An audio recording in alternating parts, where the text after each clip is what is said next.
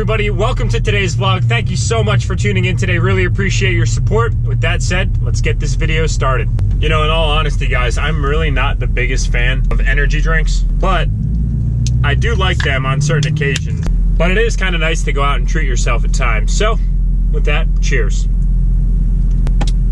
Now, I think I actually do prefer Monster over Red Bull. I guess maybe that's more of a taste thing. And actually, to some of my motocross riders out in the room, I used to have a sponsorship via Monster when I was racing motocross back in the day. And they would actually send me about a case of Monster per month. It was pretty cool at the time I was in high school. What I did was I actually brought Monsters into school for all of my buddies. They were really fond of that. We are jumping on the highway right now to head over to my buddy's shop. In the meantime, guys, we're gonna share a little bit of a story, but first, let's let this turbo diesel sing.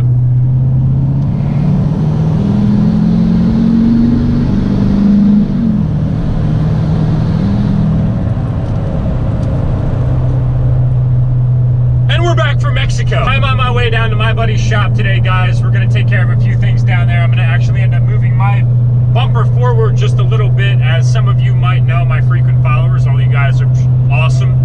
I've got the 22x14s with 355s on the truck with 5 inches of lift. For my new visitors in the audience, I do have 22x14 inch wheels, as I just alluded to, and they are very wide.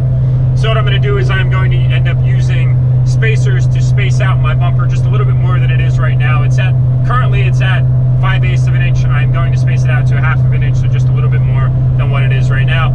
That way I can eliminate some rub. There's only instances that I rub when I'm on an incline, when the front end, when one of the two front wheels are on an incline and the suspension's compressed a little bit. I do touch the top right corner of the bumper, but that is very easily fixed.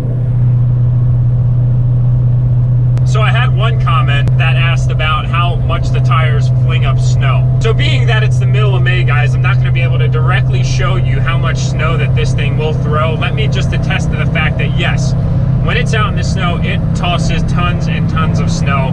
Basically, guys, driving even like a mile's distance with even 12 wides on, especially 14 wides, the entire side of the truck gets caked, as well as the mirrors. They just become these frozen objects. They almost look like icicles that are off the side of the truck. But I was able to capture some video segments for you guys yesterday as I was driving up northeast Pennsylvania while I was driving through a rainstorm, so I'll let you guys check that out. All right, guys, so we're just driving up to northeast Pennsylvania right now. Got caught in the middle of a rainstorm. A lot of you guys have been asking about how these wheels and tires throw up rainwater when we get stuck in it, so I figured this would be the perfect opportunity to show you.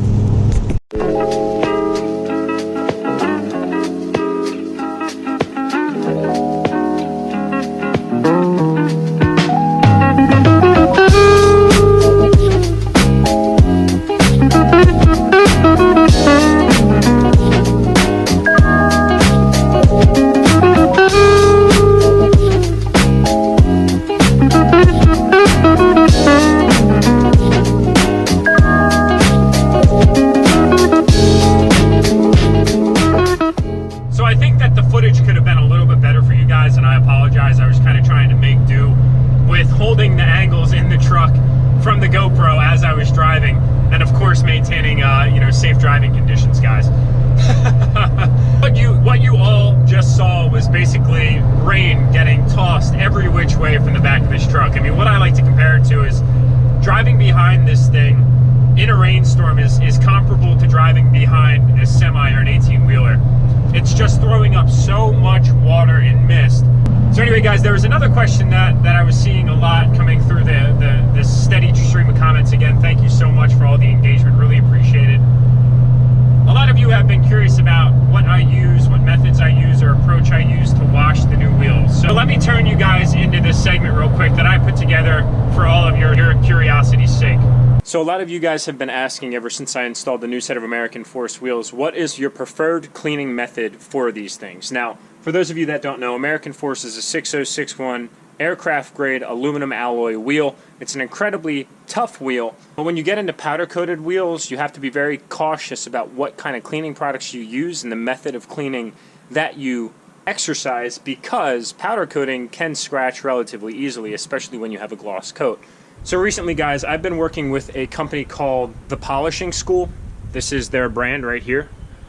basically they sent me trial kit of their products. That way I could give them a shot. So as you guys can see here, the wheel has collected a good amount of road debris and grime and dust and maybe even fine rock. So you want to be very, very careful when you go to clean the wheel, because you don't want these dirt particles and dust particles, rock particles, whatever they may be, this contaminant, to get caught up in whatever kind of cleaning sponge or brush that you use, because ultimately you can think of that as a very fine grit sandpaper that will create very, very small, frequent scratches throughout the surface of the wheel. So what I like to do, guys, is fill up a bucket about quarter way with some fresh water. Also, what I'll use is this as a dipping mechanism for my microfiber cloth, which is your other item that you'll need for this process, or at least in what I do. So I use this as a rinse bucket, and then what I'll do is I'll dump out the water, or you could also do a 2-bucket method where you have a clean and a contaminated water source. The next thing I have, guys, is my polishing school brake buster. This is a non-acid wheel cleaner, which is really good because it will not eat away at any of the coating that is on the wheel itself. I also deploy one of these standard AutoZone brushes. Just soak these things up. Nice, guys, because this spray bottle from the polishing school comes with 2 settings. It's your standard disperse spray, or if you just twist the nozzle, your standard issue, you'll have more of a targeted spurts. So what I'll do is I'll just get this wheel nice and soaked up. And I also, in this time, like to then spray the outside of the tire. What's nice about this product, guys, is you can see it almost instantaneously go to work.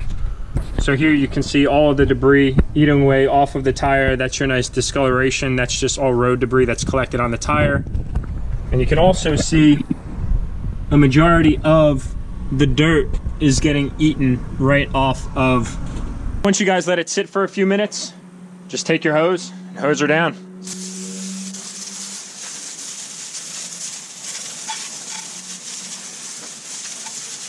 Then what I did was I dipped this clean microfiber rag into my fresh bucket of water with no soap or no additive. Basically what I did is I applied very light pressure to the wheel and basically just scrubbed around it to get any of that hard coated debris off of the wheel itself. Then I got obviously into the windows and all the other nooks and crannies, but you got to keep the pressure light, guys, because there could still be a little bit of contaminant on the wheel, and you really don't want to apply a lot of pressure because that will act as your agent. That is ultimately, in another sense, a form of a very, very light grit sandpaper, and that's what you want to avoid because that will create those very hairline scratches in your wheel. One thing that I absolutely love about this product is how sudsy it gets. Now, I don't know about you guys, but when I see something that gets super sudsy, it makes me feel like the product is just doing exactly what it's supposed to.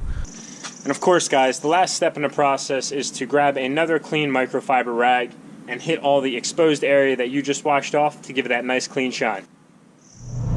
So really, guys, at the end of the day, the best thing that you can do is go out and buy yourself a high quality wheel cleaning solution or agent or whatever it is that you want to call it, a formulation. Some different solutions have chemicals that will actually deteriorate or eat away at the coating that's on your wheel. Go out and buy yourself a high quality cleaner that will deteriorate a majority of that debris prior to hitting the surface with some sort of a scrubbing brush or compound or whatever the case might be. So big shout out to the polishing school. They have a beautiful suite of products in their arsenal. I highly recommend that you guys go and check them out. I also want to thank the polishing school for sending me out some of their products to test. I'm very pleased with them, guys. And you know, at the end of the day, it's really neat to see a small-time entrepreneur trying to compete with some of the bigger players, i.e. the chemical guys or the mothers of the world. It's really great to see entrepreneurs targeting larger industries that are predominantly managed by big names right now, i.e. the mothers and the chemical guys of the world. Not saying that those companies aren't good, but it's really nice to see an entrepreneur target an area of opportunity and go after it and follow their passion. So check out the polishing school guys. Really, really nice guys, very knowledgeable, very passionate about what they do. So at this point in the video, guys, I still have a few minutes left in my drive. I'll allow you all to enjoy that with me, and then we'll pick back up when we arrive.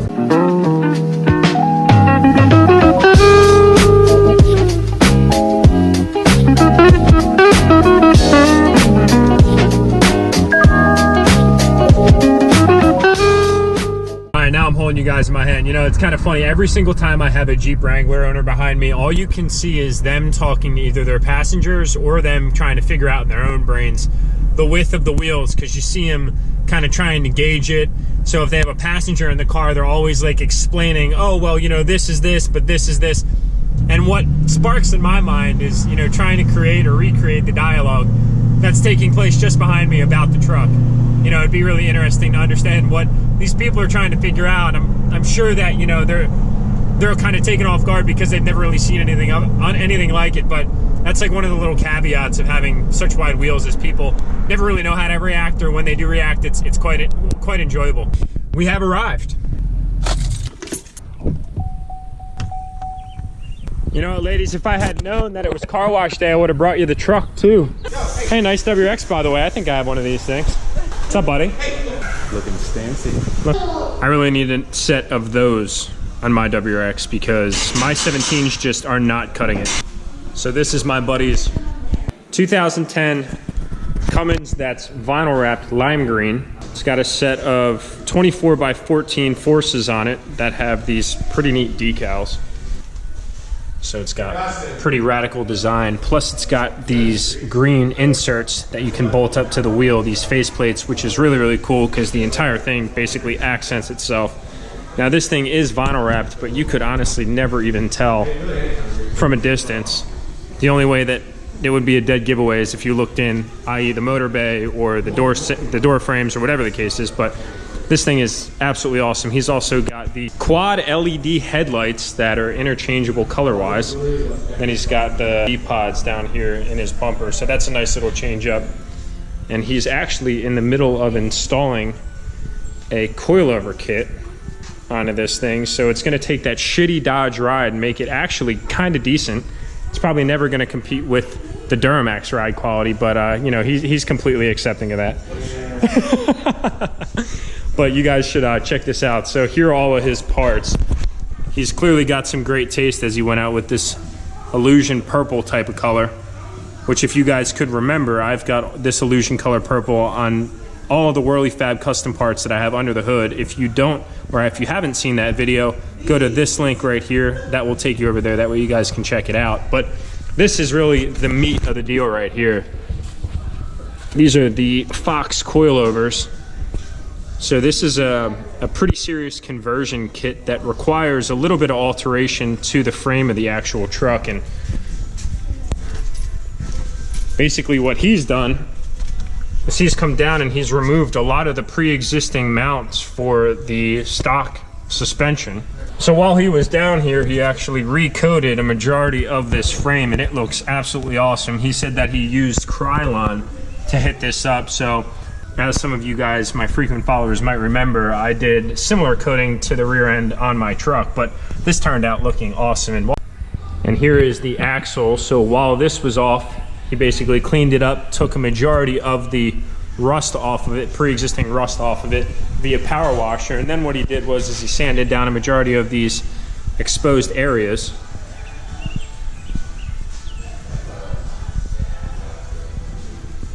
And then he hit it with a rust enabler to try and prohibit some of the challenges that we get up here in this shitty Northeast climate.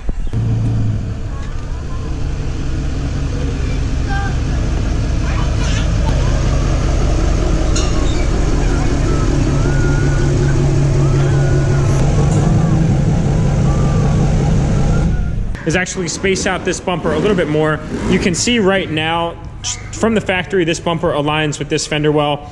I'm actually going to make this 1/2 inch out rather than the 5/8 inch that it is.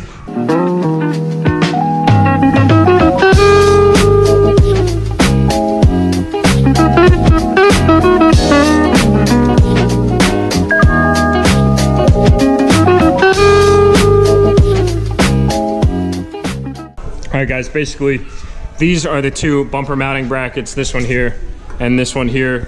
What I've done already is I've added spacers in between the frame mounting point and the actual bumper bracket itself. Said there's already a 5/8 inch gap between these, so I just wanted to I want to add a few more tenths of an inch to the spacer that I currently have in here, which is why I went out and opted in for traditional washers. That way I could get to that 1/2 inch that I desired.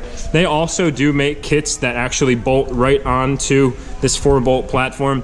that get you to a 1/2 inch, and I'm not sure if they go any larger than that, but I'm sure that if you guys hit Google for a quick search, it will get you that same purpose. This is probably a little bit of a cheaper method though.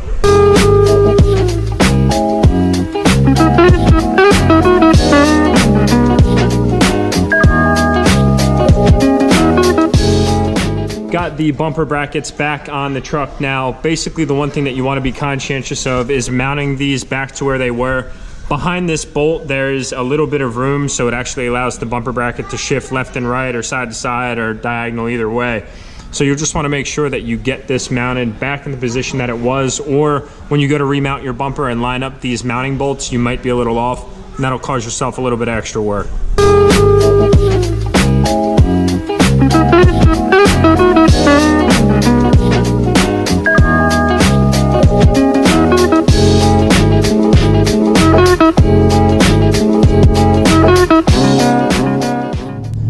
Ladies and gentlemen, well, I just want to quickly apologize for bouncing all over the place today. My life has been an absolute craze the past few weeks as my fiance and I are getting ready for our wedding, and everything is going well and we are incredibly excited about it. So that is kind of the reason that we bounced all over the place today, guys. I do have some really exciting news. Mike and I are in discussions of how we would like to orchestrate our first collaboration together. I think that it's going to be very promising. We're getting a little bit of love up front here. This guy is taking a photo/video of me, and his car says, "I eat ass." Seems classy, buddy. With that said, ladies and gentlemen, thank you so much for tuning in today. Please remember to like this video, and if you have not already, or it's your first time stopping in, please remember to subscribe. And with that being said, ladies and gentlemen, please enjoy the rest of your day. Take care.